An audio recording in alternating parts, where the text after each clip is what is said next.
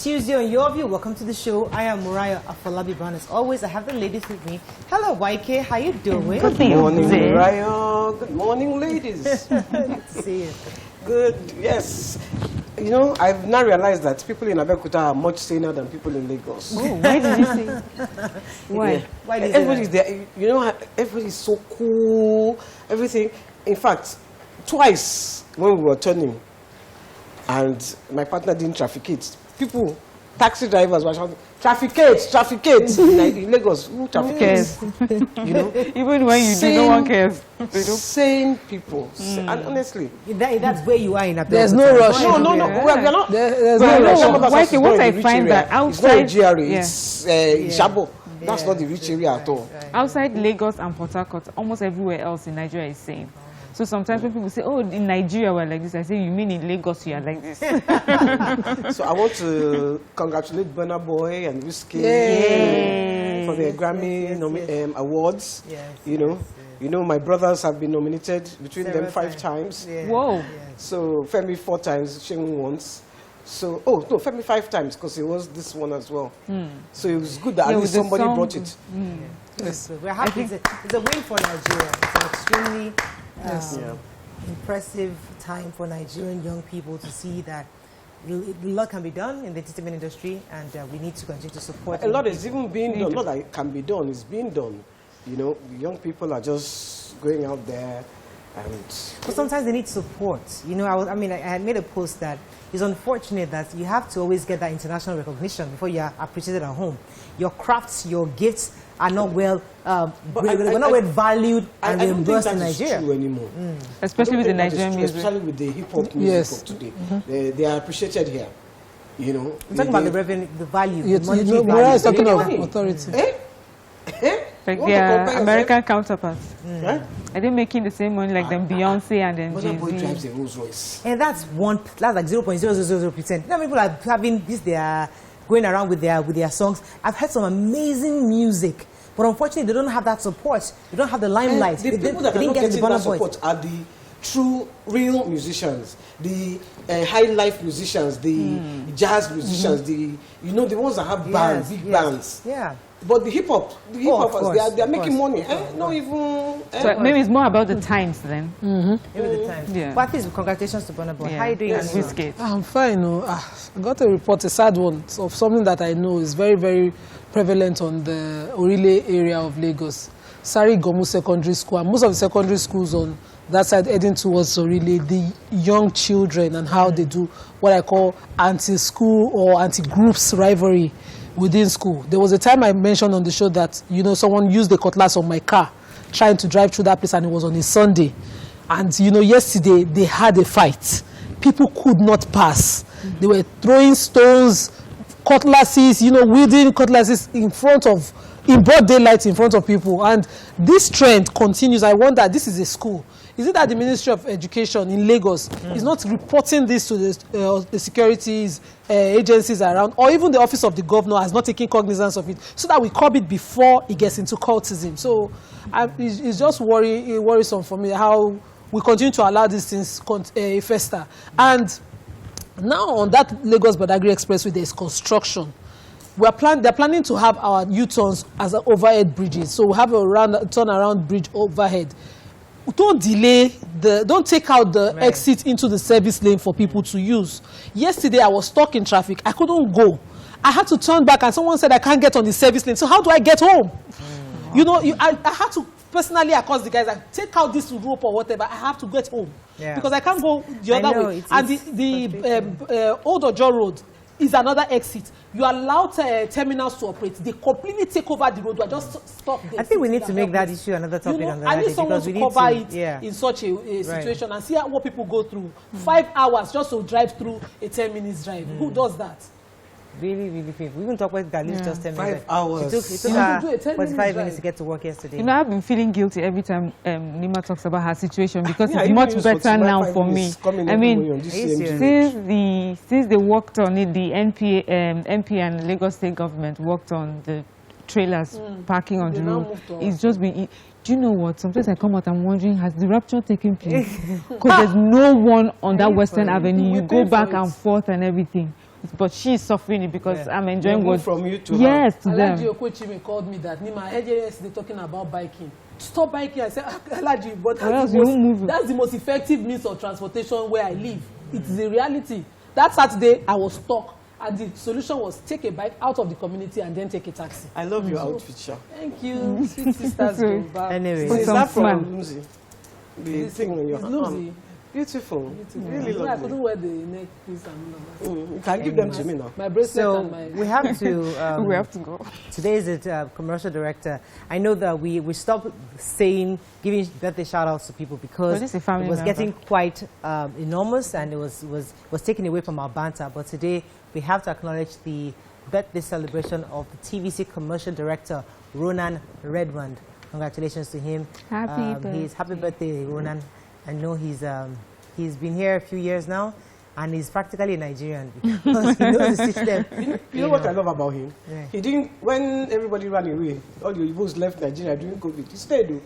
I used to see him. I said, this man is very brave. Because of his money, he was brought here for money to get revenue. So he stayed by that money. That revenue he must earn it even through this COVID. Happy birthday. Happy birthday to him. Many more years. Yeah. All right, let's go on a break now. When we come back, we go through the front pages of the papers. Stay with us. We'll be right back.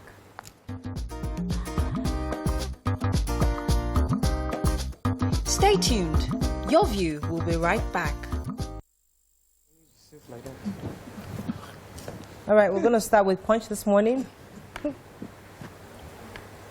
Vaccination suffers setback.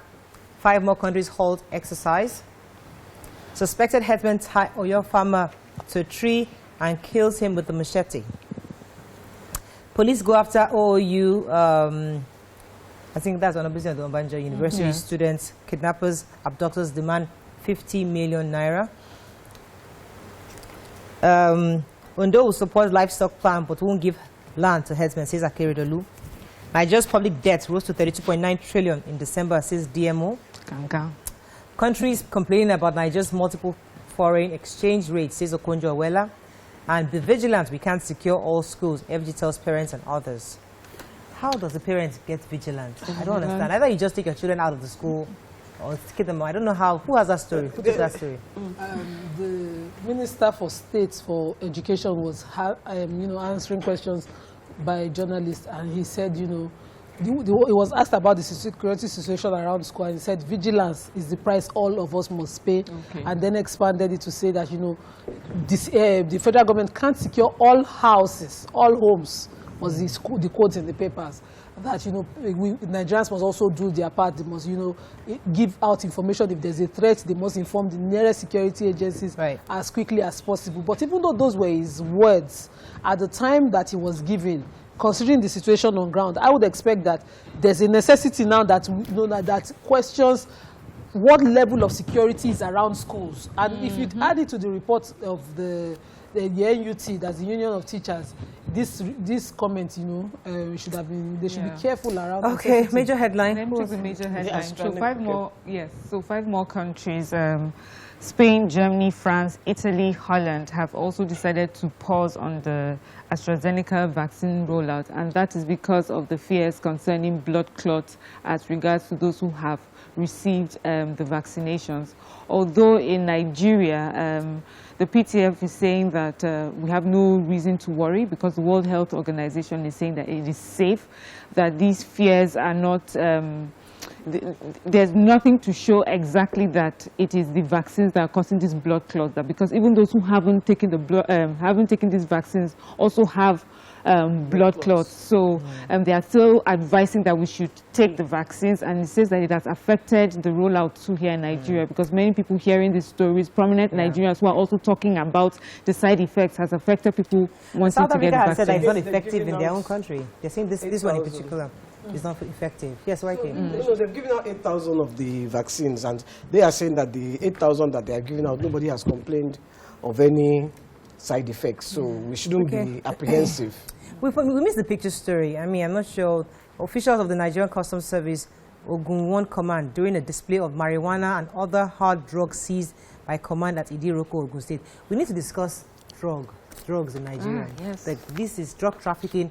I mean, it's really going to has heightened such that we need to have a full day conversation on how it's even getting into the country, what customs is doing so far, what they've seen, and what the NDLE is doing to stop this. We need to have a conversation around that. Moving on now to The Nation, how Amotekun can secure Southwest by Afenifere. Picture here of Myanmar, 59 killed in military crackdown on pro-democracy protesters. How Nigeria can avert economic collapse by Okonjo-Iweala. Davido, Burna Boy, Wizkid Grammy is victory for Nigeria. Osho family of 6 killed inside a mosque. All right, I was going to take, which story are we going to take here? We talked about Burna Boy already. Okay, yes, the major headline, Amotekun. So pretty much the governors were saying that Afenifere Renewal Group yesterday was saying that we need to equip Amotekun with the right amount of ammunition so that they can rightfully defend that region. That right now they're having shortage of ammunition, they don't have enough access, and they need that support from all the 6 governors must contribute to this implementation. Yeah, and they were talking about the northern group. They have arms. The northern. Hisbah? Yeah. No, what's their name again? The Civilian Joint Task Force. Yes. You know, and that's, they're saying the police can't do it alone, so they need to decentralize the security. What was Okonjo-Iweala saying? Who was that story? Well, I took it from, since you're asking here. Of course, she visited the president where she was congratulated for, her new position, and he said that she actually earned it because of all the work she's done locally and internationally. And she gave so many advice. I have so much notes here on what she said, right. Like advice for Nigeria. And, she says that, first of all, we need to do more when it comes to trade. She says that luckily there's going to be what the World Trade Organization is going to do for some time is that poor countries who will be given free trade, so they would not be taxed. They will not be taxed on their exports, but it's just for a short period of time, which Nigeria can benefit from at this time. Although Nigeria is big enough to be able to do trade, not as a poor country. She says that we need to look at moving towards cleaner energy instead of fossil fuel. She says that the number of the unemployment rate really has to do with the fact that we're not fully involved in trade. I think she said there's just 19%. Globally, we're just on 0.3% when it comes to world trade. And in Africa, just 19%. There is so much, we can do so much better than that. And when we're much more involved in trade, economic development happens, our youth get jobs, and we're doing better. Oh, so many about things. Our exchange rates also, that's a problem. And that one is key.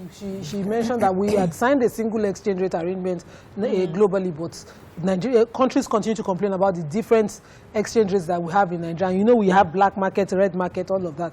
That confuses investors when they want to come in and all of that. We should try and encourage. Okay, let's move on to the night. The most important she said was about the oil, that we should stop relying on oil. That's, by 2025, by 2030, Norway is not even going to use petrol cars anymore. They're going to be using electric cars. So nobody's going to be buying our oil. Okay, let's go on a quick break. When we come back, we'll continue with the Tribune. Stay with us. We'll be right back.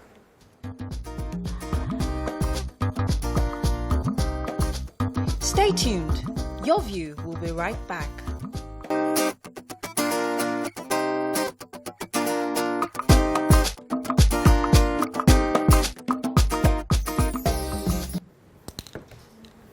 Thanks for staying with us. We're still on the People Review.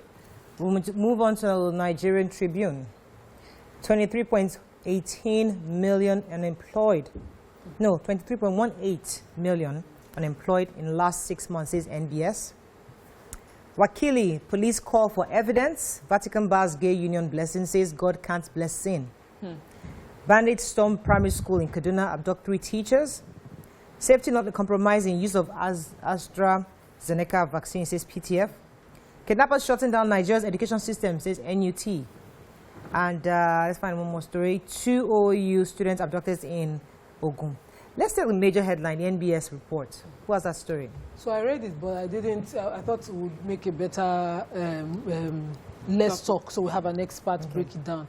But according to the NBS report for the 4th quarter of 2020, our unemployment rate went up to 33.3%. So now we have those people between ages 15 and 64. That's supposed to be our working class, right, as people who are unemployed now presently, and we know the conditions of the country. We know all the factors that would have encouraged an increase in these figures. But it's not good that we have such. We have most of our factories moribund. So I want an expert to come in so that we are not talking about it, just blaming government, but informing government now on what is necessary for them to do to respond. I was going to take the Wakili story, because police in Oyo State are saying that residents, community members who have issues against Wakili or who have alleged that he was the one that was masterminding should bring forth evidence for them to be able to prosecute him. I don't know how that's going to happen. It looks frail in the picture. They're saying there is no watertight evidence against him. Yes. But the people are saying, no, they have already said, if you come there, you're going to be arrested. They're saying, no, they're not arresting anybody, but if you have evidence, come. I don't know how you're going to get evidence from the villagers. Is it that they're going to come and say, you're going to be their word against his? Like, it was you that came to our village. I don't know how they plan to do this. But sometimes the police, sometimes, we don't encourage witnessing in Nigeria. Exactly. People will say, well, I beg, let me just keep quiet. So you are supposed to carry out your investigations. Go to the families that have lost loved ones, people that are claiming that, he did something or one or two things to them. Find out people who are, affected. Investigate his movement, allegations against him. There are ways to do this thing. They can go underground, do intelligence report and everything, without necessarily pinning it on somebody. So I know a woman who was defrauded, and she confronted the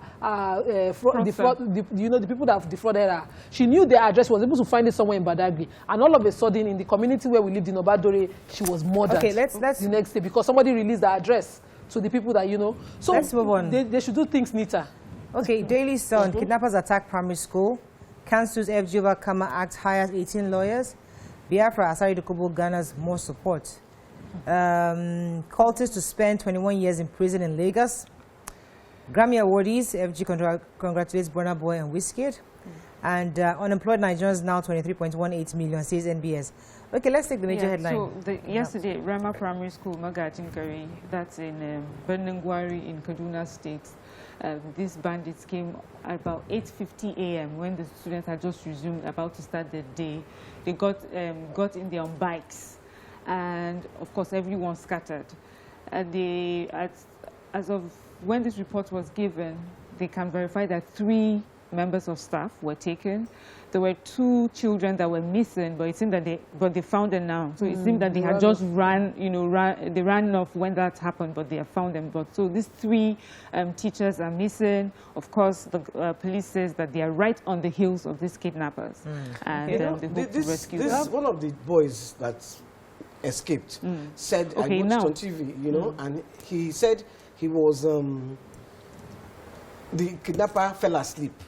So as the kidnapper just fell asleep, he just took him off. How do you fall asleep when you're kidnapping someone? He could see that the guy was doing. The rest had gone. I think they had left him to go and do business. So as they now left him with that one, who dozed off. Say as that one just dozed off like this, he took off. Yeah, so we have security operatives in the bushes now looking for, and they found 2 people. One, like the person he was one of them.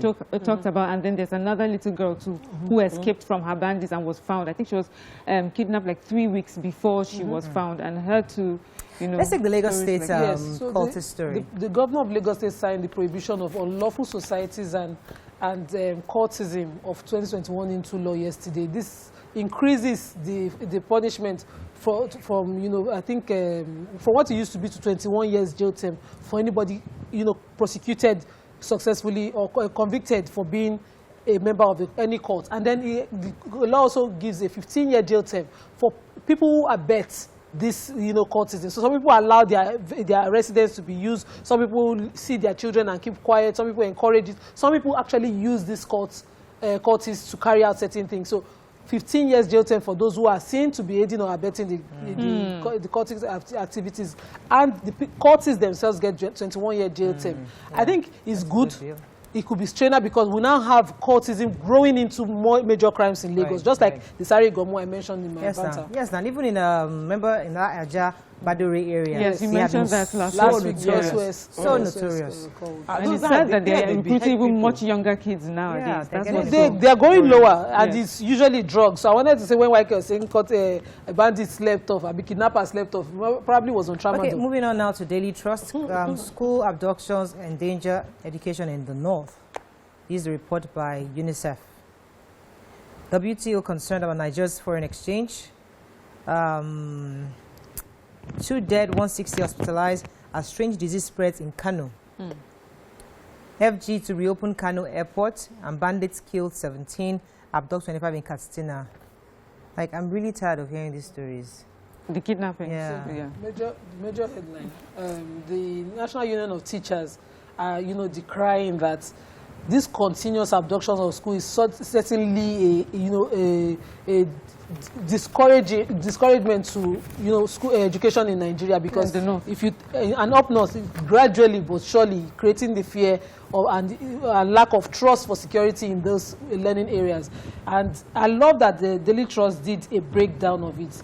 They started with the Chibok girls in 2014, and they went to the Dapchi girls, Kangara girls, the Islamia school Mahuta in 2020, and in 2021, February 17, February 26, the Jengebe, the March 12, the Federal College of Forestry in Mando, and March 15, the Universal Basic Education Primary School in Rama, Kaduna, and continuous like that. And they took that breakdown. That one in Kaduna that they did 2 days ago or yesterday, was it yesterday? 2 days, where they now filmed them beating them. I mean, if I'm the parent of one of those girls, how would I feel? School of Forestry. Yes. So I think even if you were not the parent of one of those girls, if you had a child in school, the first reaction would be, let me keep my child at home and keep the child safe. Let's take one more story before we run off. Okay, from Daily Trust. So there's this strange disease, they say, in Kano that has killed 2 people, and 160 people have been hospitalized.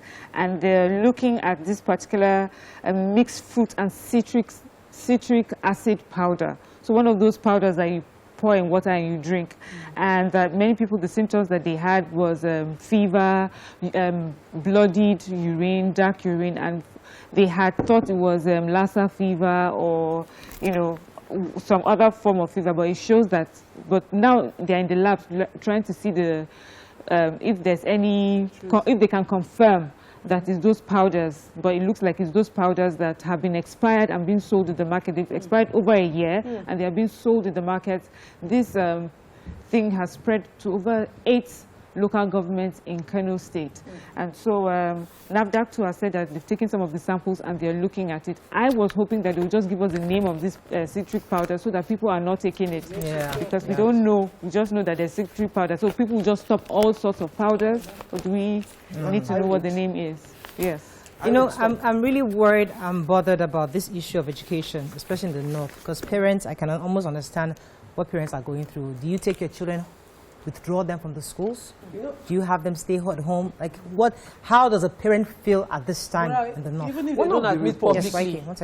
One of the reports, they said the schools don't have fences. So if maybe they can start by building high fences for these schools, but then another person said even if they have fences, the government just walking through the gates. So even the fences. So what do you do? Deploy people, deploy security with guns? That's the only way. How many schools would you do that? Yes, how many schools would you do? But how many schools? Don't we have data of how many schools we have? And so we know how many we are deploying. And if we are lacking manpower, we employ more.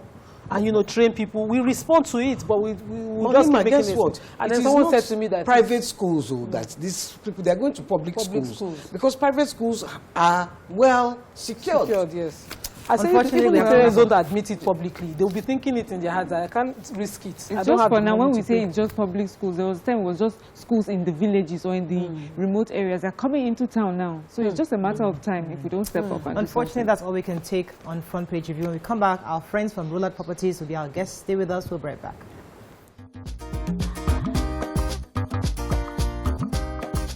Stay tuned. Your View will be right back.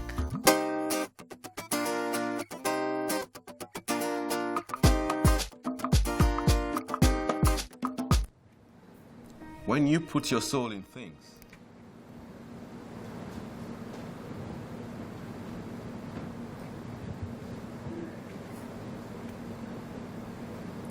Thanks for staying with us. So this year's International Women's Day is about celebrating the women who have chosen to challenge the status quo and to encourage more women to challenge the status.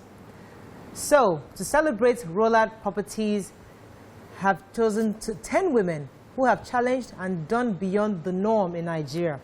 Join us on the show is the lead relationship manager, Halima Lawal, and the head of corporate communications, Faith Enugu. Welcome, ladies, to the show. Thank you. Good morning. All right, so we're going to show the video very quickly now and then come back to you. Watch this. You pour love. You don't ever move back in time. You try so hard that you might prove and count your wins. You don't need wins. Your inspiration and sacrifice is a landmass of wins. You are swallowed up in the clump of dark names, but still you climb tenaciously, leaving no virtue behind. They say it's not your place, but you create a place. Woman, a figment of strength, smart, sensual, caring, powerful, giving, and birthing image. Wow. Happy International Women's Day. Thank you so much to Rolla. So, Rolla, tell us, what are you doing for International Women's Day? Of course, it was last week, but do you have anything special for to celebrate and commemorate International Women's Day? Okay, good morning once again. Thank you for having myself and Halima. For International Women's Day, International Women's Month, what we are going about doing is empowering and encouraging as many women as possible to make wise investment decisions, thereby challenging the status quo. We are urging as many women out there who are used to, just making the subtle choices to come up, be the woman that you are created to be, and, just challenge everything that seems to stand in your way and make wise decisions. That's what we're doing in this month of March. Right. Halima, would you like to add anything to that? Go ahead. Halima. Hi, good morning. Good morning. Yes. So, to celebrate International Women's Day, like Faith has said, we would like women to stand up, to know that they are not just limited to the kitchen, their house chores. They can also make right investment choices also. And that's why Rollard Properties is encouraging women out there. Yeah, it's not only your husband, the men out there that are supposed to buy landed properties. You as a woman can also own properties, So it doesn't have to be a man's thing. Women need to stand up and know that, yes, we can also do it. Women can also take up good jobs in good places, do powerful and strong things for themselves also. They don't have to depend only on the men. The men should do this, the men should do that. Women too should stand up and know that, yes, they can. They have packages for women, for men, for everybody. We accommodate everybody. So we are not gender biased at Rollard Properties. We encourage everybody, especially the women, the young ones, the old ones, whosoever you are. Rollard Properties is giving you an opportunity to be a landowner within and outside Lagos State. Faith, how often do you see women come in and then, when it comes to paperwork, how often do you see them show that they know what is required of them legally?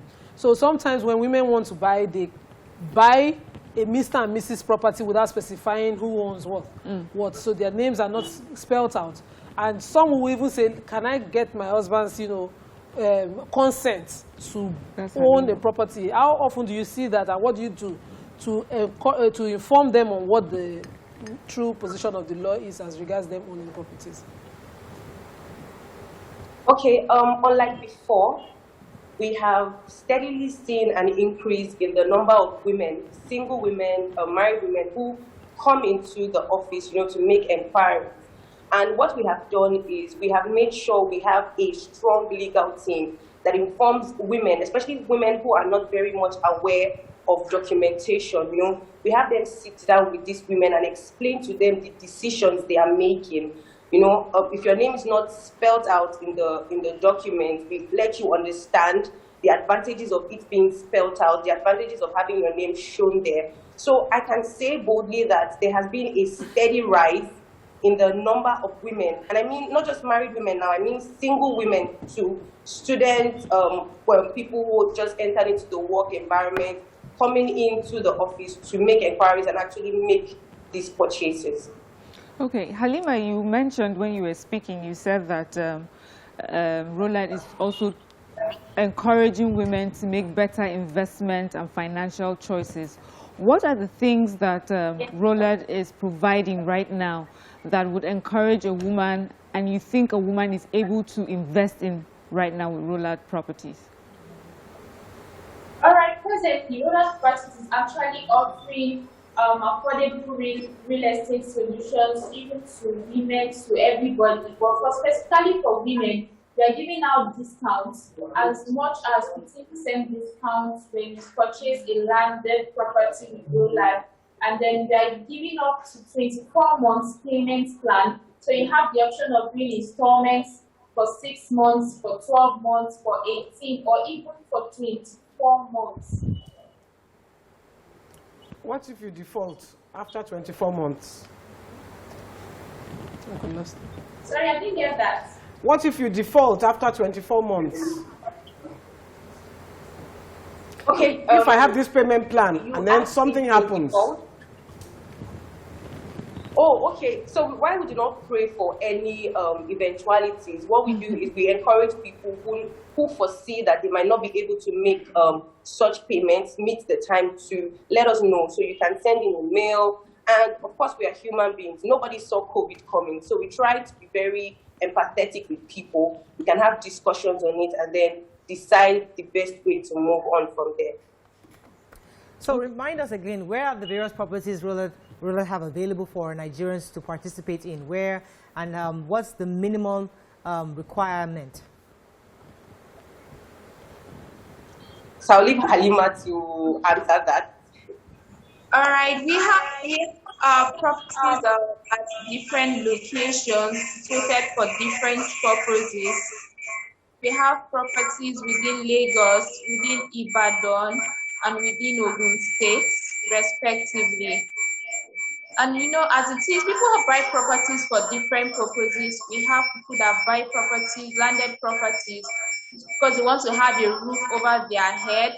And we have people that buy properties because they just need somewhere to put their money. That is for investment purposes. So we have landed properties for different purposes. We have for commercial, we have for residential, and we have for investment purposes. I'll need you to reduce the TV volume because it's interfering with what I'm hearing. Go ahead, Mary. Yeah, so there's something you call the Roland Pro Vest, and I was wondering if you could just help explain what that is. Roland Pro Vest is short for Roland Property Investment. It's a platform that we have created for as many working individuals who are interested in investing in real estate to do that with ease and do it seamlessly. So it's a product that we are continuously innovating and trying to make better. Currently, the Roland Pro Vest has been expanded to 3 different locations. So the whole idea of Roland Pro Vest is for you to invest a particular sum of money for a specific amount of time, and at the end of that duration, you get your property. So we have the silver plan, we have the gold plan, and we have the platinum plan. The platinum plan allows you to pay 150,000 naira for 9 months, and at the end of 9 months, you get your property at Ibejuleki, Freedom City. The gold plan allows you to pay 100,000 naira for 9 months, and you also get a property at Ibejuleki, that's our Greenleaf Estate. While the silver plan allows you to pay 50,000 naira only for 9 months, and you get your property at Kobakbe at Belkuta. So it's seamless, it's easy, it's affordable, and at the end of 9 months, you are a landowner. Oh, fantastic. So is that 50,000 naira a month or 50,000 flat? 9 months. 50,000 naira a month. 50,000 naira per month. So every month for 9 months, 50,000 naira. Because when I saw it, I said, let me go and quickly pay 50,000. So that's why I had to ask. Please. So it's 50,000 a month. What are you waiting for? All right. Unfortunately, and to do this, it's very easy. You can visit our website, www.rollardproperties.com/provest, or you can also call 070-2500-4785, or you call 070-2500-4784, and you are well on your way to joining the Rollard Property Investment. All right. Thank you so much, Faith. And thank you, Halima, for joining us on the show this morning. We're going to go on a quick break. When we come back, move on to the hot topic for today. Stay with us. We'll be right back.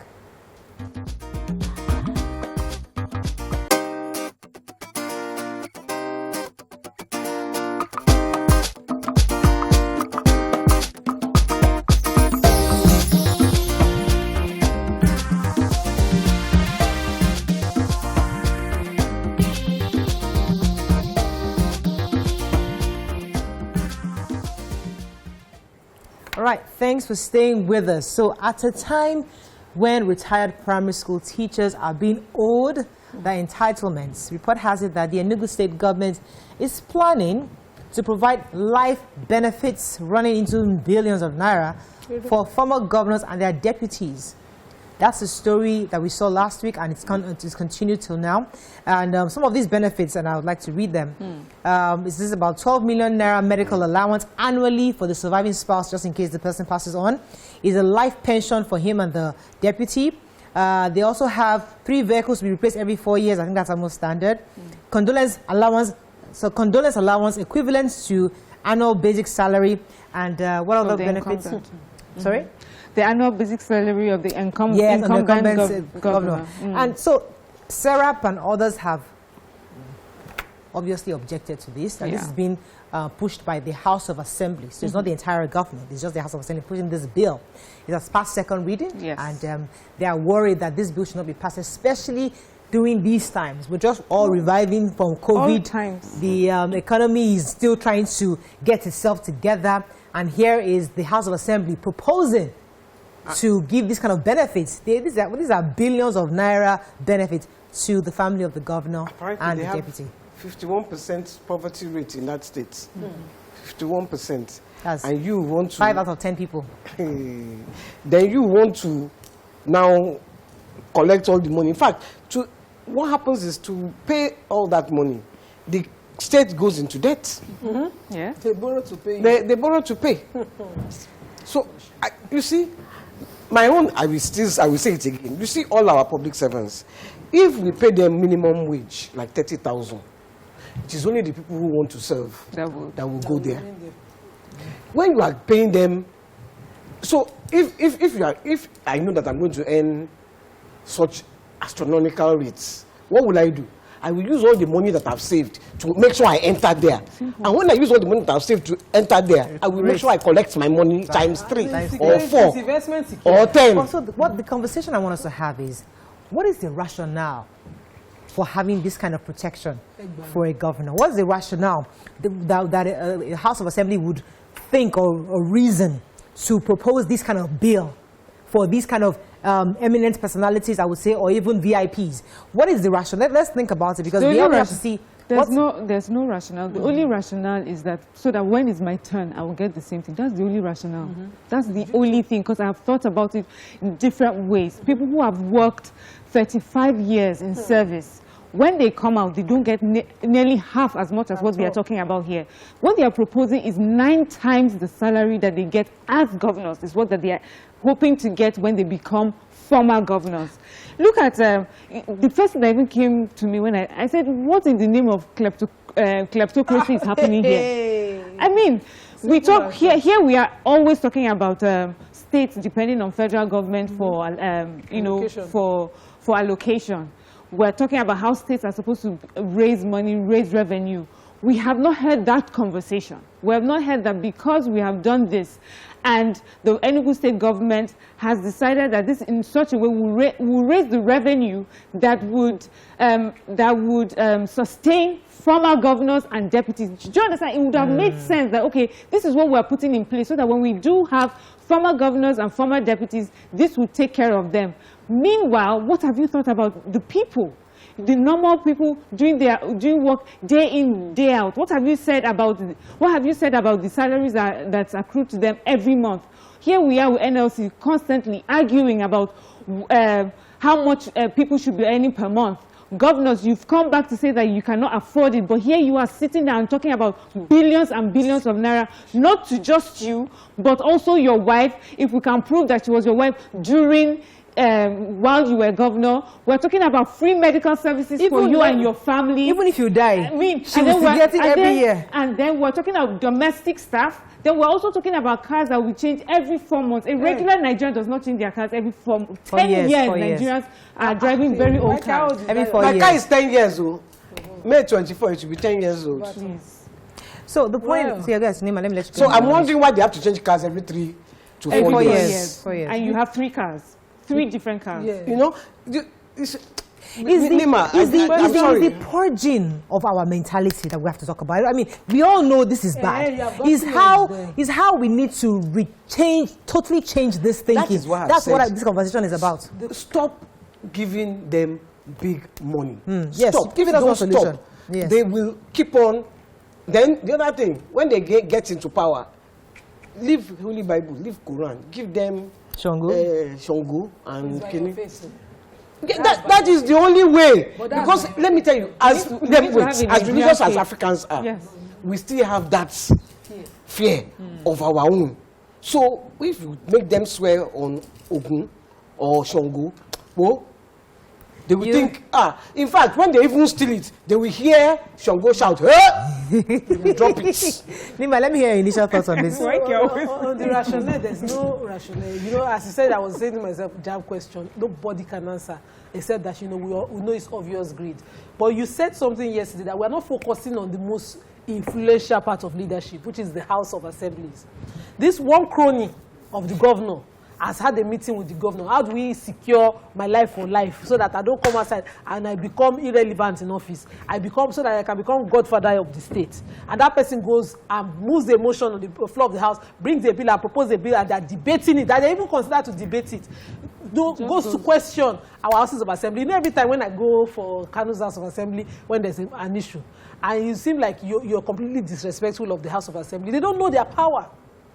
That power of check is no longer there. They don't know their responsibility as well. This, in that state, as long as civil servants who have been in service are old, pensioners who served diligently are taught to steal their own too through the civil service before they leave. So you see people inflating contracts, inflating costs. Let me just take as much. Let me bury as much dollars on the floor. And the House of Assembly, they're not thinking of how do we clear this mentality. Like you mentioned, put this mentality of people. But you know, when you now give governor this one, and you know, governor will now be master, let me to thief. Corruption just continues to remain. Right. And I think that House of Assembly completes that. This is a bill, Nima, that Lagos State is trying to throw out. Yes. Remember the Lagos State government has advised that this will be thrown out because they've had it for many years. I mean, even other former governors are still enjoying these benefits. And they're saying that it's time for us to rescind on this bill. But let me go on a quick break. When we come back, we'll continue this conversation and take calls from our viewers. Stay with us. We'll be right back.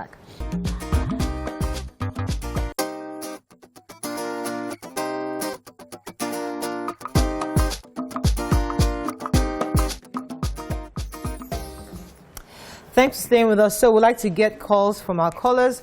You can call us on 081-270-53687. You can also call us on 091-390-76948. You can tweet to us at TVC Connect. Please hashtag YourViewTVC so we can read your tweets. All right, so this is not the first time we're having this kind of conversation where lawmakers are, I want to use the word surprising us, but right now we're no more surprised. But where they're going beyond our expectations. But I think what I would like us to do is, how do we work on ourselves? Because we're a reflection of them. That's the truth. We feel that, because you are the governor, I should rub your back and you rub my back. Because I also have a political ambition. There'll be a day that I will need to call on your services. So this money I'm giving you is It's because I know in future I might want to be a governor, I might want to be a senator. I need your support. So we are rubbing our backs. Now, how do we begin to help the Nigerian public understand what is happening in the House of Assembly and how they have the power to change it? Elections always come, because when you see this, it's not for us just to discuss and talk about it. It's for you to be informed and know how powerful House of Assembly members are, how powerful the National Assembly is, how powerful your local government officials are, and so that when they say come and vote, you look for the right people who have a heart to serve. No, even just not just having the heart, people who are logical and rational in thinking. So how do you balance these things? If in service you have to have up to 10 years in service, have to be up to 45 to 60 something years of age to qualify for pension, and somebody stays in office for nothing more than 8 years. Some people just 4 years. Some people just a deputy by chance, maybe by death or removal, they fall into office. They just smell office by chance like this. And that's it. Banana Island. Is there another Yahoo than that one? Island. There's no other Yahoo than that. Thank you, Jare. So we should now call it what it is. All these things they are doing is Yahoo. Yahoo, stealing. What they like. It's not only our young boys. It's a high level Yahoo. They are the people teaching Yahoo. Yes. To be Yahoo. Yes. Because they are masters at Yahoo. Get rich quick mentality comes from us. Solu, are you there? Thanks for calling. Oh, we lost that call. This mentality to hammer and arrive mentality comes from them. That you are a governor and you deserve to have 12 million naira every year, just smell office. Once you just smell the office, you can don't get perform. The money. That 12 million. Don't perform. Do you know what you might come into office, don't do road. Come into office, no hospital. Primary healthcare, don't let it work. Just smell office and go. You are good and to you go. are qualified. Excuse me. Do you know what a public servant is? We do not hold these our leaders to question. We don't hold them. A public servant, that means you are here to serve me. Not me to serve you. That's why I don't even believe in excellency. All those excellency is rubbish. Honorable. Just, sir, Mr. Governor. Mr. Governor, Oga Governor. My governor. Nothing for what if you are not excellent? What am I using excellency for you? Let me come to you, Mary, for a second. Yeah, so, we also are not the sort of people who call, as we said, we do not call our leaders to book. So when you find out that they have committed a crime, they have stolen our money, we do not impeach them. We do not take them to court. I mean, recently we were watching in France how a former president has been going back and forth to the court for a bribery allegation. He's been convicted. Yes, and convicted. So he'll be locked up for a bribery allegation. And we're talking about trying to influence something. Not that monies were even given, but that's a country that works. Nigerians, sometimes I used to say that the level of education in this country, the way it's run, is like a deliberate effort to keep us down. So we're unable to question government. Mariam, you have just said something that is extremely important, because if we, the people, know better, if you even if they don't teach you better, but we can actually know better. The man on the young person on the street can actually doing against us after the whole thing happened. Some of these young people said, okay, I'm going to start reading the Constitution and start breaking it down. Then Nigerians know. That hasn't happened.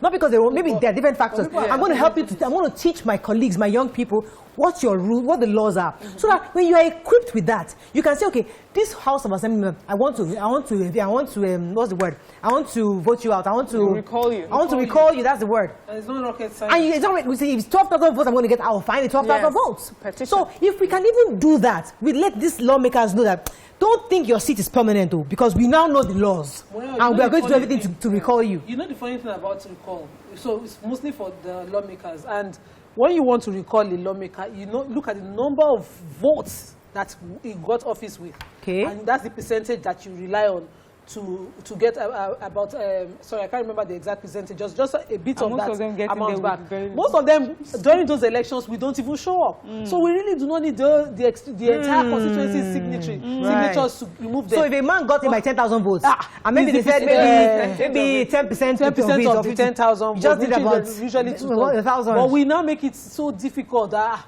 all of you come and queue, will come and make it tedious to remove them. If we start removing them, people that want to come in would, and the debates will be richer. Yes. Some of the debates really flat. even the people that show up to debate, you are just watching. Let me take Hussein. He's been holding for a while. Getting voters card, war. Let me take Hussein. Hussein, are you still there? Yes, Morayo. Thanks for calling. You're live. Go ahead, please. Yeah, I'm a new caller. Yo, Nico, welcome to the show. Thank you, Morayo. Yes, I'm there, Morayo. Morayo. Yeah, I want to contribute. I'm a new caller anyway. What I want to say is that in this country, there is no any country in the world that is facing the problem that Nigeria is facing. The problem of Nigeria, I think, is lies with the governors. Governors are people, when you look at it, it will come to a time, if this thing is allowed to continue, that governors will be the ones to decide everything that goes on both in federal and the state. We're listening. Why? Because when you look at decisions now, both in political parties and in decisions that the president of Nigeria is taking, it has to go with the issue of governors.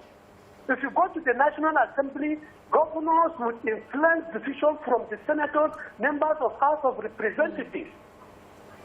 They will rule in the state, make the state to render the state useless, come back to the National Assembly, and make the federal also useless. Tell me, why would a serving governor come and somebody that has staff lose the money in the state, come on 30,000 naira minimum wage, they cannot even pay the civil servants, retirees, they cannot even pay their benefits, they cannot pay their pension. But they will go out again, come in and be getting all those kind of benefits. Thank you very much, Hussein. So I think, if we're looking at this conversation... Now, divided by 30,000 naira, do you know how many civil servants are going to enjoy? And federal government are saying that they are sharing 20,000 naira to marketers.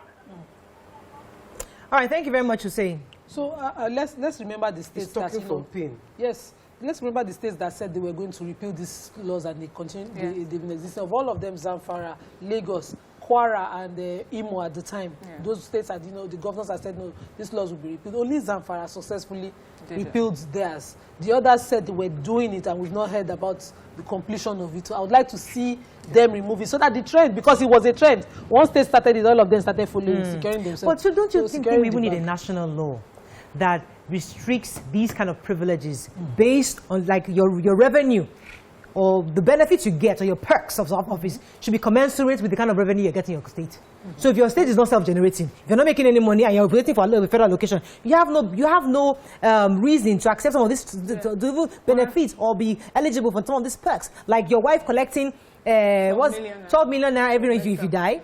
You're getting for a new car every 4 years, and you're getting about there's a whole 900% increase on your basic salary. Right, you're right when you say that. If it is put in writing that no amount of money that comes from federal government allocation would go into paying some of these bills. Yes. And it has to be money generated within the state and maybe even a particular industry in the governance of it that can pay for it, they would do better. Yes. So what would happen is that people will get more creative, governors will get more creative, they will now start thinking of how to make the money other than how to spend the money. Exactly. And people should be even more obsessed and incensed by it, that the governor should have the audacity and the House of Assembly should have the audacity to sit and pass this thing to second reading. It's really because of the lack of education and the fact that we have a culture where if you're in leadership, if you're a governor, if you're a state House of Assembly member, you are an oga. Do you understand? So that thing where we have to refer to you and we have to wait on you to tell us what to do. There used to be a time when senators would say, I did this for you, I did. Honestly, in my mind, I thought it was their own hard-earned money that they used to put into this constituency project. Before I realized that it was actually your money. Imagine I would give Mariah my money. And then she says, this cup and this thing I gave you, I bought it for you. And I'm like, Auntie, is it not my money? So maybe if we understood it at that level, Nigerians would stand up and demand for their rights. Hassan, I'd like to hear from Nigerians living in Enugu, your thoughts, because sometimes it's not just about Enugu, it's across the state. I mean, this is a law that is across the state. I'd like to hear Nigerians call us on this. Hassan, are you there? Thanks for calling. Good morning, Morayo. Morning. Good morning, Mariam. Good morning. Good morning, Waiki. Good morning. And good morning, Nima. Look, people are very good. We will sit down here in Lagos and Abuja and be talking of devolution of power to the states. You can see the problem of devolution of power to the states. Because we are comfortably sitting down in Lagos and Abuja, we don't know what is happening in the states. Go and ask the civil servants in the states. They will tell you more about their governance.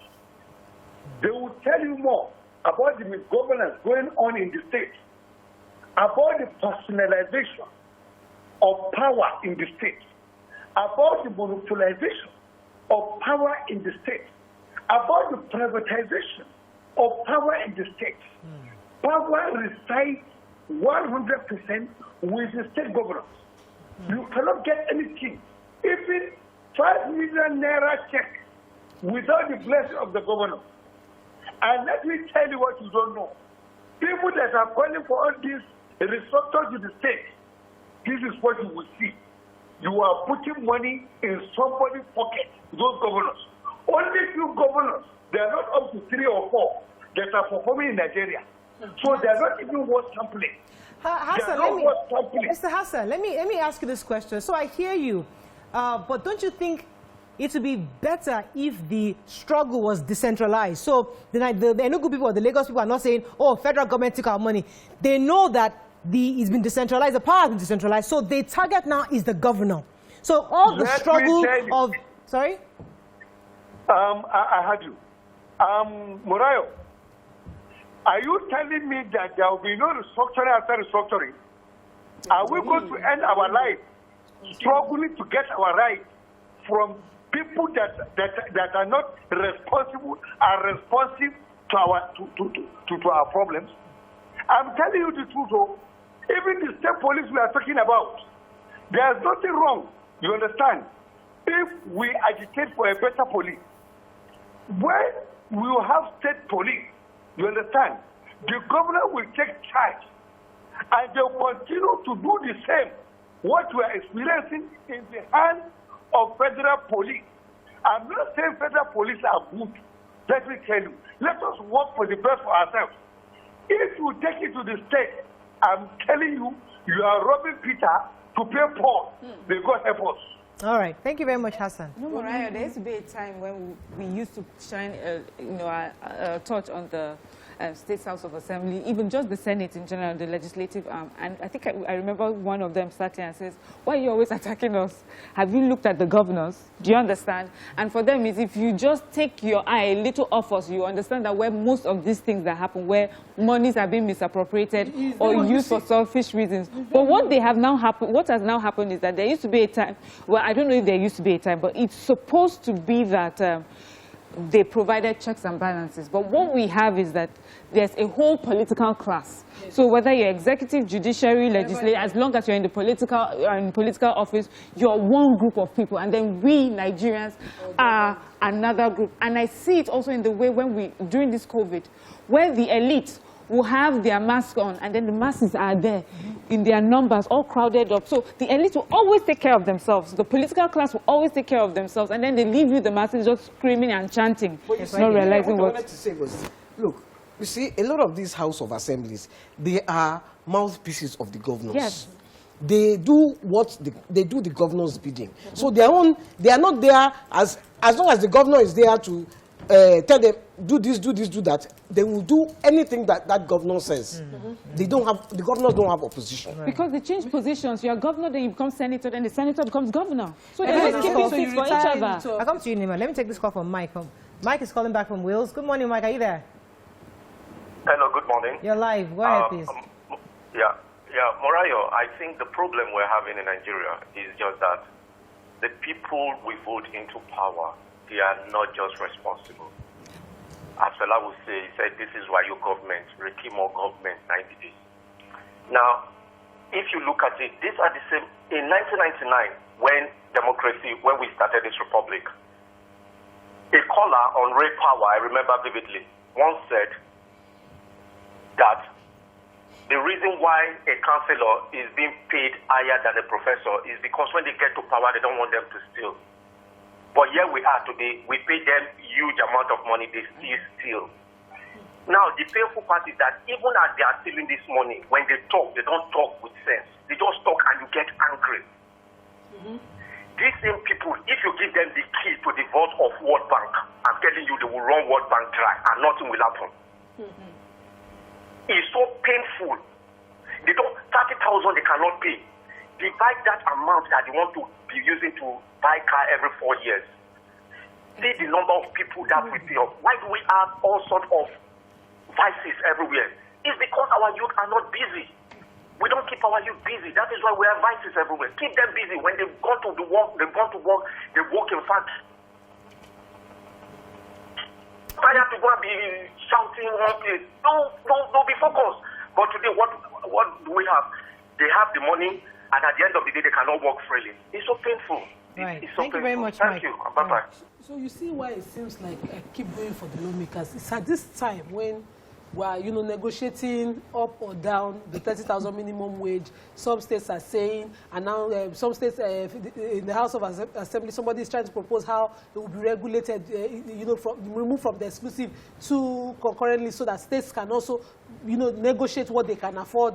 At this time, when we are admitting we don't have the money to pay a minimum, I don't call it minimum wage, I call it an existing wage, just so that because you're alive, just take some money. It's not living. You can't survive on 30,000. It's a fact. You can't run your hospital, your medical, your house rent, and all of that bill on 30,000 as a minimum wage if that's what you qualify for. So, and we know, and then the House of Assembly that, if we, let's assume that they are thinking of all of these factors. Now look at one person and say, your head is more important than others. Let me just give you. So I made a mistake when I said you needed the constituencies, the votes that qualify that person for office. You actually need the registered voters. One half of the registered voters, signed petition to start a recall. But it's still not rocket science. How many of us go in the constituency? That's why it's so difficult for us to register. Let me take this call from Kennedy. Kennedy, are you there from Mile 2? Yeah, I'm there. Good You're morning. live. Good morning. Go ahead, please. I'm a first-time caller. Welcome to the show. Yeah, I'm greeting my sister Nima and Madam Waiki. In the day before October 1st, can you hear me? Yes, very clearly. The day before October 1st, last year, they interviewed Mr. and Mrs. Smith. They were the one that contested the Nigerian first civilian election. When they asked them about Nigeria, that Nigeria is going to celebrate 60 years, he said the greatest tragedy that has befallen Nigeria. The greatest what? Tragedy. Oh, Kennedy, please try to call us back. I'd have loved to hear that. Right, so... Who did they interview? Who did you say they interviewed? Let's take a few tweets. Do you have any tweets? Yes, Mariam. Yeah, so Ajura Wallo says, yes, truly, those House of Assembly governors too, just as YK said, they do the bidding of the governor. Just imagine, they refuse to pay the 30K minimum wage. Andrew in Streatham says, governors in Nigeria are symbols of corruption. I know we have some good ones, but increasingly we are having super greed, or ojukokoro economics, or greediness economics. Fela said it finished. Them all crazy. Okay, he's singing. Okay, this one says, Idomu says, sorry, madam, talking to YK. Those guys will bribe the Shango you're talking about, and Shango will just keep short because, of course, there's a priest there. We've seen it now. Oshin says, it's just unfortunate that you have to wake up to at least 2 reasons to leave this country, and more painful. But Nima, I keep saying this thing. These people we are criticizing today, they are a reflection of exactly the people that we are them. Because when Nigerians get into that space, they're going to do exactly the same thing. We will see it in our own little spaces. And I've said this thing before. Maybe I haven't been able to articulate it. Because we all have these international appetites for things that we cannot produce. We have this appetite for things that we can't find it locally. So your appetite is such that even when you're not getting to political office, you feel like, I deserve a mansion. I deserve 4 cars. My wife deserves country lifetime pension for me. These are things that you begin to deserve, you feel deserve, because your brain hasn't told you that, listen, you are in the agege bread level. Really, your economy is agege bread level. But you're aspiring for shawarma, is it shawarma? What's the caviar level. Basmati rice level. That's not where we are. But you see, that is where good governance comes into play. If my example is you, that you are eating caviar, when I get there, I'm not going to say, oh, I'm a gege bread. I want to be like you. who have set example for me. You have set me that example that when I get there. So listen. So they are not giving people. They are not giving our youth. They're not giving. Let me even forget about youth. They're not giving Nigerian people good example, because when they get there, what they do is they steal us blind, and then my own is if I get there, boom, like this, I'm going to do what like that. I want to support what Morel said. Go on. Let me take this. Ebony is holding for a while. I'll come back to you, Nima. Ebony, are you there? Hello, good morning. You're live. Go ahead, please.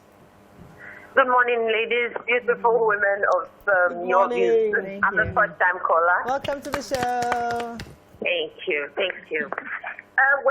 My contribution is very brief. I just feel that we keep going around in circles.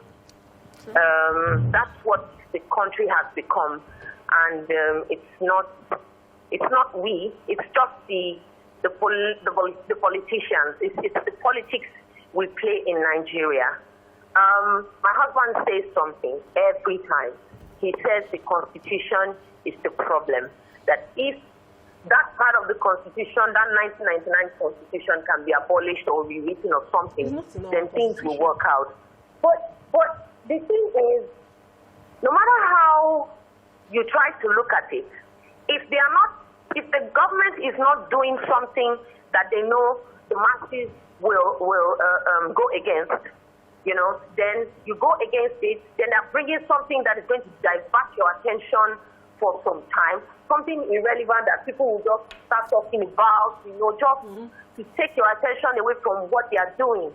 I'm telling you, if you put these people, you switch offices, change positions, these people will still do this thing they are doing. How many of them are going to court? Ebony, we have a beautiful constitution. Our national constitution, we have a very beautiful piece of law document. But the states' houses of assembly keep passing what they call ex-governors and deputies entitlement and whatever pensions laws. Outside law. So it's some group of people who we have elected and entrusted with our collective, rights that put these things in place and gather everything and give one person, like say we they do lottery. You understand? The way everybody will play lottery, buy a ticket, and then one person goes home with all the wins. That's what they're doing. You wonder how they find it, humane in their minds to sit down and discuss things like this. When I have a mother who was retrenched in 1991 from the National Ports Authority, Nigerian Ports Authority, and she's up till now has not started receiving her pension. 1991, she was retrenched. My father worked for NITEL. He retired a couple of years ago. He just started receiving his pension late last year, and between late last year and now, he has received just 3 months. Thank you very much, Ebony. My auntie died waiting for her pension. I wanted to support Moraya when she said this reflection of who we are. So even if you had an upright anti-corruption mentality person into office, is the secretary that said, "Okay, the person before you used to sign this one," and the other person will come, "Okay, the person before you, he used to pay for coffee every afternoon for his guests." It's just the way it's done. Because, of course, it's your neighbor's contract, it's your auntie's contract. And then the other person comes, they used to go for vacation. The entire family is footed by, it's a civil service. The people there, they are the ones in their ears. They will not let this thing change. The person says, "I don't want to go." Say, and if you don't support them, they will frustrate you. They will frustrate you in office. They can reject you. The governor can remove you. The person bringing bread and tea is their most member. The person bringing money for vacation hotel is their church member. When you hear things in the paper say XYZ did not follow due process, is the civil service constructing things around you. Maybe because you're supposed to get to the YK, and your job is to pass it to you and pass it to you. Maybe because you feel that Mariam understands, I pass it to Nima Street. They can construct a whole case of he did not follow due process to get me out just because I skipped that process. Not because I stole money, but civil service can find a way to construct that thing such that The way they are out there will be like a thief. That's why it's funny. When we are prosecuting our ex-office holders, why can I be... Well, for prosecuting our ex-office holders, you find a civil servant, which is usually the witness. Give witness to one stage. Then the witness account changes in between prosecution. You have a... let me not mention his name. Just go scot-free in Abuja and then go and beat his wife. You see, that is why... Yes, right. I was going to say, that is why, you see, when something happened 2 weeks ago and IBB and... the other one were talking in the papers. Tomorrow, Obasanjo too will talk in the paper. I say, come, let's not... First of all ex-rulers should stop talking. Yes. Because they have had their time and they didn't do it. It has been systematic decay from independence. Systematic... You see the civil servants. Why civil servants are like this today? Because one head of state, military head of state, who didn't understand things, came into power and then sacked all the civil servants from one level to another level. Sacked them all. No pension. So all the civil servants now, I say, that I can lose my job. Everybody started doing good. Let me gather. I have to wrap up, unfortunately, but I think we've been able to speak the minds of Nigerians. If there's anything we've done today, is let the House of Assembly in Enugu say that Nigerians are not happy about this bill, and that we feel that it should be totally, completely recalled and expunged, and it shouldn't go. Not just all the states that are all the states. Let's give them the example that it is possible to live a dignified life without stealing public funds. Jakonde died in his own house. He didn't have to have 10 houses, cars, servicing, and all of that, and he was a governor that performed. So you can be remembered well, and your children, you'll be sure that they ate what we call halal food as Muslims. So don't give your children poison. And if there's anything you should take from your view today, and it's a reminder of how important every leader is, so that when we are thinking of voting next time, you vote in the right people. Don't just vote because, oh, it's an election, let's just vote for your own party. No. I think there's anything your bill has done in the last few years is remind Nigerians that it's not the office of the governor or president that is only important to every single lawmaker. So know them for who they are and vote in only competent people that will only work for you as a person, not their own personal interest. That's all we can take on this segment. When we come back, move on to our Let's Talk. Stay with us. We'll be right back.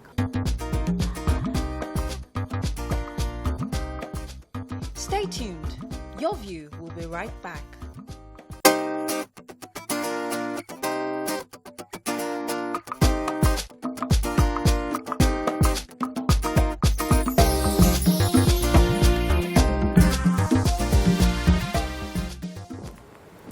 Thanks for staying with us. So Ifa is a traditional spiritual practice of the Yoruba people.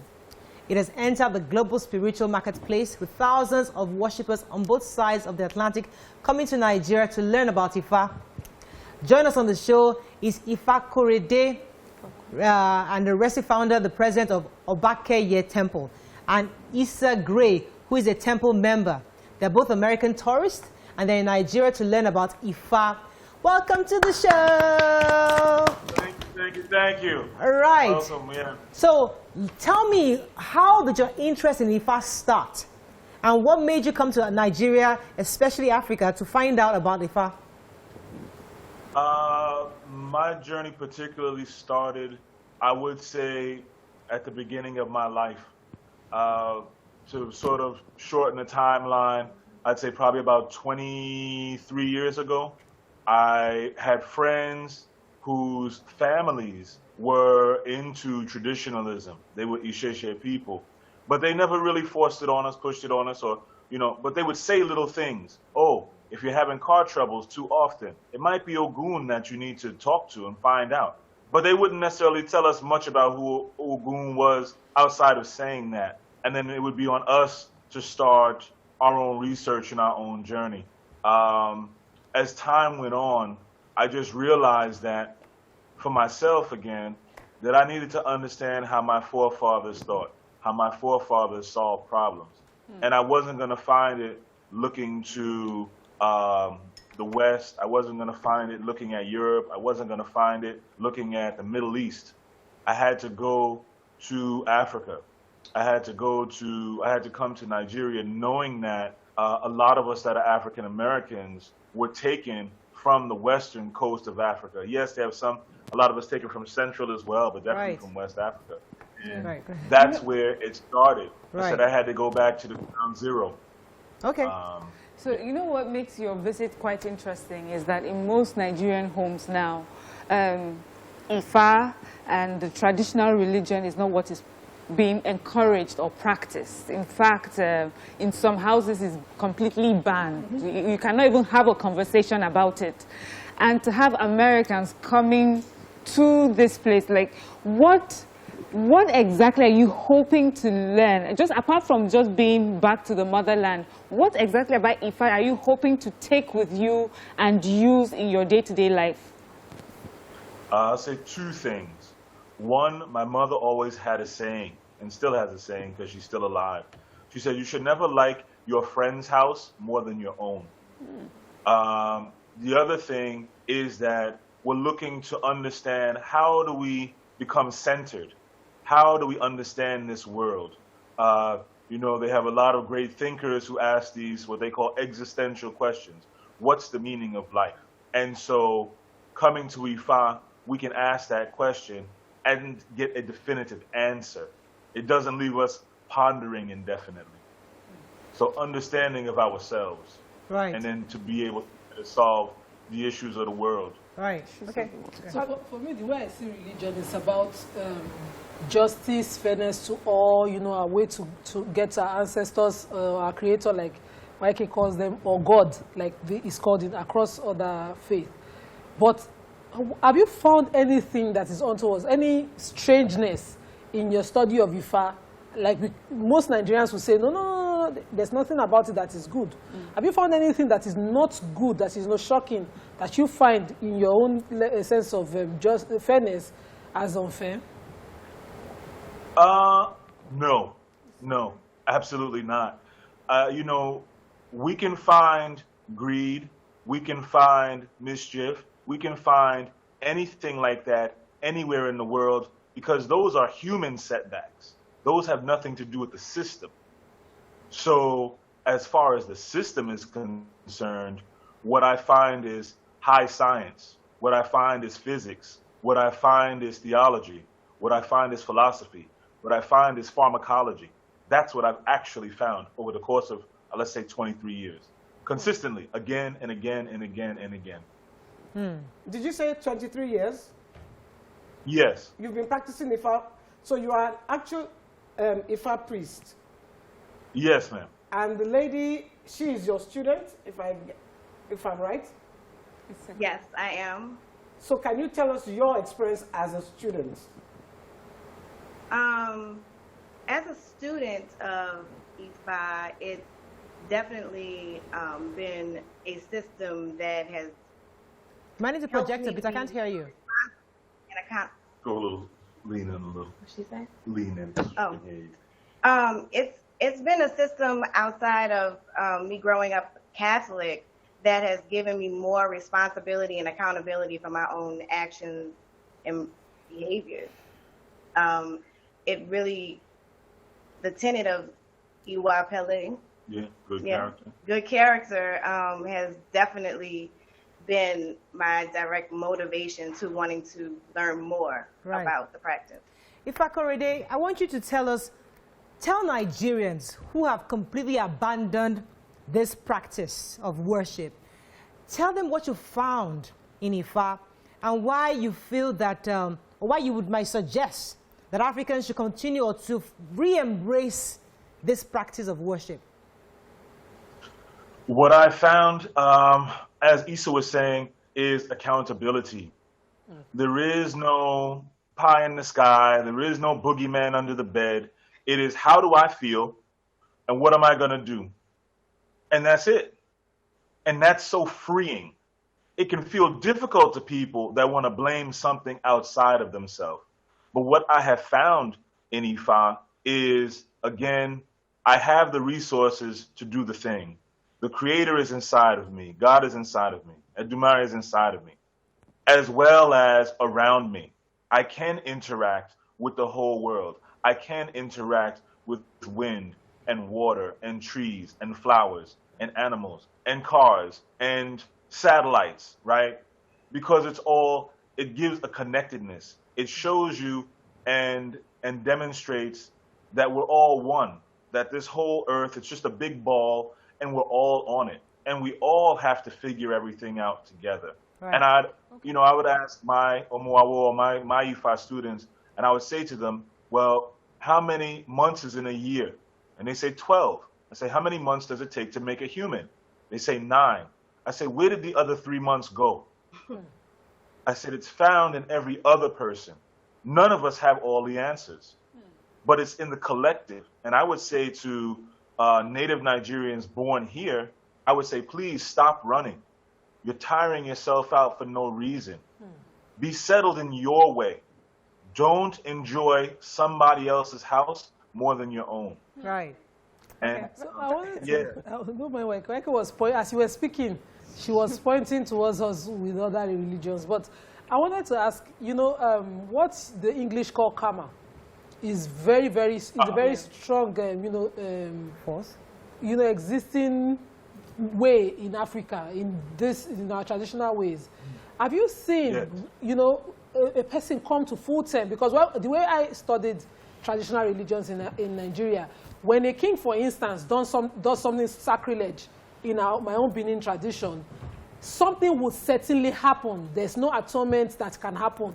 So if a king killed someone's child, either the king or his child must go for that crime against humanity. But in other religions, there's forgiveness, repentance, and all of that. Have you seen a full course of karma happen in your 23 years of Ifa? Yeah, totally. From the perspective of follow the advice, do the sacrifice. Don't follow the advice, don't do the sacrifice. Everybody will get paid. Again, there's a great sort of metering out. The universe is mathematical. The world is mathematical. So you can't take something from one space and not have it be returned somewhere else. But I think that what Ifa teaches is, Ifa does tell us to be patient, to be forgiving. There's a term, sober genuflection, that's talked about a lot in various Ifa verses. And it means sober, lucid, conscious, awake, genuine, reflecting.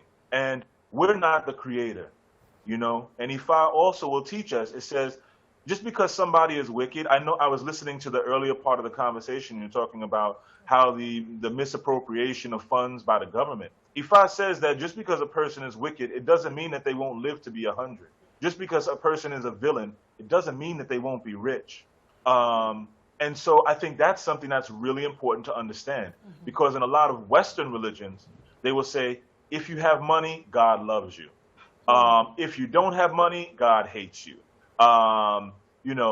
The Hammurabi eye for an eye. Ifa doesn't purport that. Ifa doesn't agree with that kind of stuff. Ifa says that you have to be patient. You have to take your time. You have to be forgiving, and we have to inquire. How and why did the thing happen?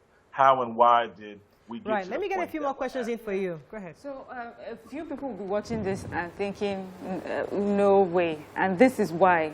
So when we hear about our traditional religion, we hear about evil spirits taking over you. We hear about blood sacrifices, human sacrifices. Demons, and that is how it's been sold to us. So if you practice that, that means you're an evil person looking for evil powers. In your practice of Ifa for 23 years, what would you say to people like me? Really, honestly, I think that's what it means. Yeah. So interesting.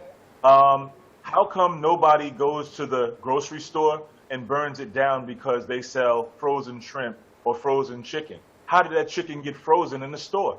Somebody had to kill it. When you eat it, should we be burning you at the stake because you ate the chicken? I mean, some of it is so absurd.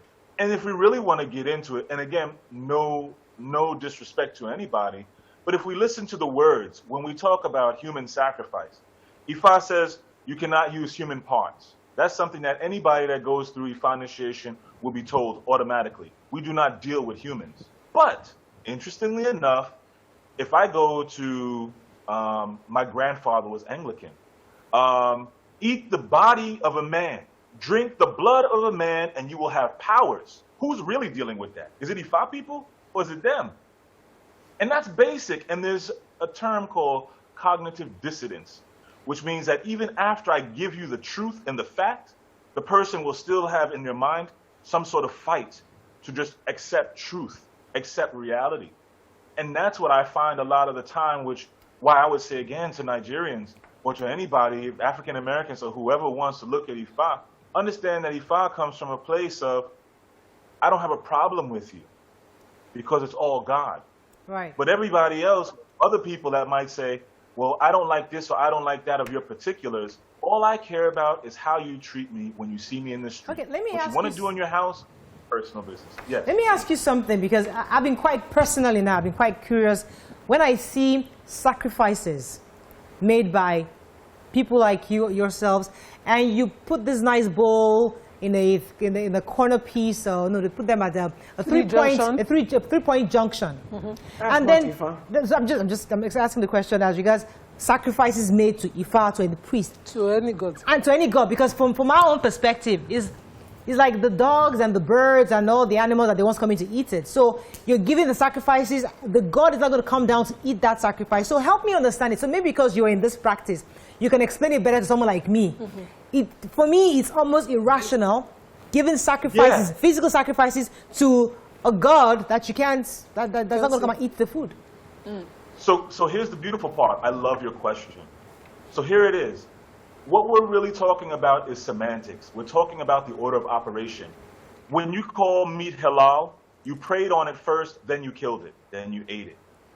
If you talk about Christianity, you kill it first, then you hold hands around the table and pray after you've already killed it. And then in Ifa, we'll say sometimes pray on it and then let it go, because you can't even use blood during that time, because everything is individual. It's scientific. It's not dogmatic. It's not about costumes and pomp and stance and fantastic ideas. It's rooted in a very logical, very 4 legs on a table. You know, it makes a solid shape. You know, a square has 4 sides that are equal. It's not out of this world, right. You know, and I think when people get away from trying to make it the boogeyman, make it the horror movie, and they put that stuff down and say, wait a minute, a bird flies, a fish swims, and I walk on land. When people start to look at the world really, again, I think it'll be more sobering. Right. And that's why at the outset I said that you can find greed, you can find mischief, you can find trouble anywhere. Those are human things. All right. Prior to meeting, there's this lady, Egbelade Omitun Ade, if I were she's the Ifa priestess that I met, that seemed a bit progressive about the teaching people about Ifa. She became a priestess at the age of 20, before her father passed, and she learned from her dad this tradition. People, I usually think, just like every other person, that this religion is not progressive. So we must do maths, we must do huts, we must, people cannot, have cars and all of that. Is that how you learned Ifa? What did you experience? Must you live in or never eat from calabash and sleep on the mats? No, never. Because the whole thing is this: I prayed to come to earth. Now, not everybody is meant to be a billionaire. This is why we have so many of them. Maybe a few million. But I didn't pray to come to suffer, and I think that's something that also was very weird to me, because I grew up Lutheran initially. That's what I was introduced to and was given. And this whole idea of romanticizing suffering, romanticizing setbacks, no thank you. I didn't come for that. I came to wear my expensive Oris or IWC watch with diamonds in the bezel. I came to drive a Porsche GT3 911. Like, I came to live in a big house. Right. I came to be able to have life here, a good life. We have to wrap up. Let me just throw a final one for you. You have to wrap up. Go ahead, Mr. Wake. I wanted to ask you, how did you find, because Ifa is mostly in Yoruba, how easy was it for you, as you don't speak Yoruba, to learn Ifa? So for people who... man, that part, it's a lifelong journey. I'm still learning. I'm still now working to learn the language. I have to make do with what I had, and I just had to stay true to it, It, for me, is my way of life. So it's every day. It's every day. I have shrines at the temple. in Las Vegas, which is where we're located, where we're based out of. And every day, I'm there throwing kola nut and making prayer for myself, my family, my friends, and my community. So can you give us one prayer that you've learned in Yoruba? Let's wrap up with that. That I've learned in Yoruba? Yeah. All right, I'll give you a verse of Ifa. Okay. Ibaba Ejiobe, from the very beginning, and this will sum it up. The upright that are on earth number less than 20. The wicked ones therein, they are so many. They number many more than 140,000. Cast divination for Rumila on the day he would be saddened by all compelling incidents. Ifa enjoins us to be honest. The deities would not allow us to compromise the truth. They were asked to always offer sacrifice. Thereafter, their life became well arranged. Man became happy. They said that the upright that are on earth number less than 20. The wicked ones therein, they are so many. They number many more than 140,000. Cast divination for Rumila on the day he would be saddened by all compelling incidents. If it's the sadness of wealth that saddens us, let it sadden our destiny, such that we get good wealth to make. So Ifa is saying, the things that we feel are challenges, focus on them, because they will turn into your blessing. Interesting. Asheo. Oh, wow, nice. So excuse me, I just need to tell you that there are a bunch of disbelievers that you are talking to. No, absolutely not. No, we're just curious. We want to know. I'm just telling you. You seem to have a Bible, like some kind of a document. I just wanted to find out when you're done praying, what do you say after a prayer? You say amen or what? Well, let him tell us. Ashe is a let it be so. Amen is a let it be so. Okay. So mote it be. I mean, I could say thank you.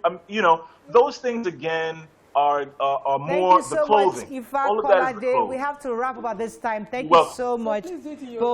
We appreciate. Thank you all so much for having us. Yes, we appreciate you being here. Overnight Temple. So temple.org. Right, Nigerians. So you have it. YK has told us that we should talk to the Creator. Those of you interested, please go and talk to the Creator. I'm going to worship it. These are disbelievers. As for me and my family, we shall serve. I have an understanding. That's all we can take on No, the you have sense. tomorrow. They don't.